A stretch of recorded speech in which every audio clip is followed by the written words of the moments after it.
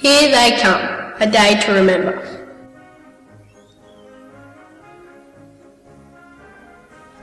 I still can't see anything.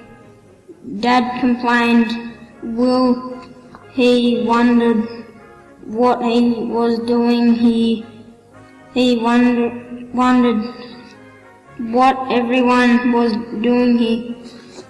Will knew today was about remembering war, but that seemed strange to him. Why would anyone want to think about something so sad? He didn't even understand why we had wars.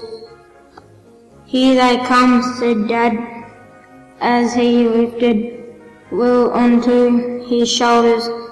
Can you see them marching?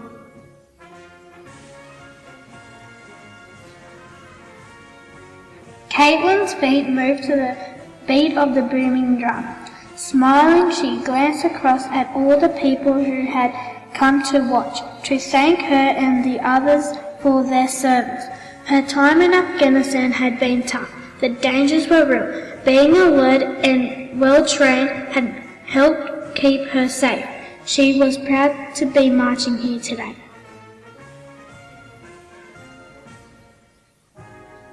Rosalind looked at the marchers, old and young, as they took their seats. She wished her father was still here to take his place. ANZAC Day was a day she had shared with him since she was a young girl. Yet she didn't feel lonely, not in this crowd. She was one of the many who have come together today to reflect. She was part of this community.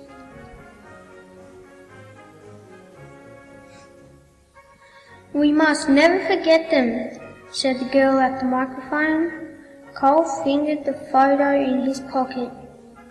He didn't need to take it out.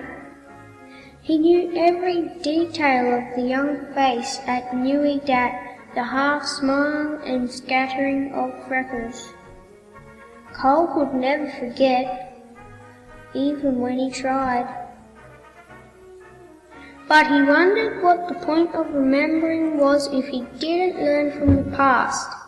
People were still going to war. Brothers, like his, were still dying. Cole felt the weight of his own medals against his chest. He closed his eyes. Tamar tilted his head to see what was happening. He was still learning about the traditions for his new home. Many things were strange to him, but he understood the importance of honouring those who had fought for their country. He looked around at the crowd and thought of his family in Sudan. He wished they were here too. There was still no peace for them.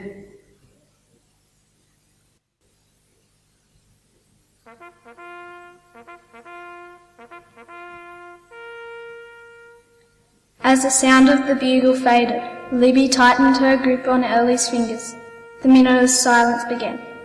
This part of the ceremony was always hard. Thoughts of Luke crowded her mind. Luke in his uniform, Luke at the beach, Luke cradling her baby girl. Libby took a deep breath. She was proud of Luke. He loved being an army officer and he died serving his country. It was hard without him.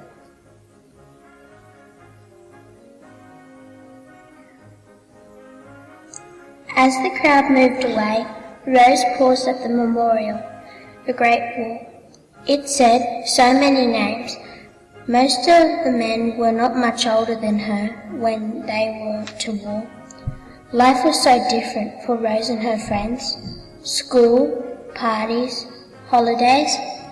She reached out and touched one of the names, Banner A. See, she wondered where he had fought. What had he seen? How had he felt? Who had he left behind? Thanks, she whispered.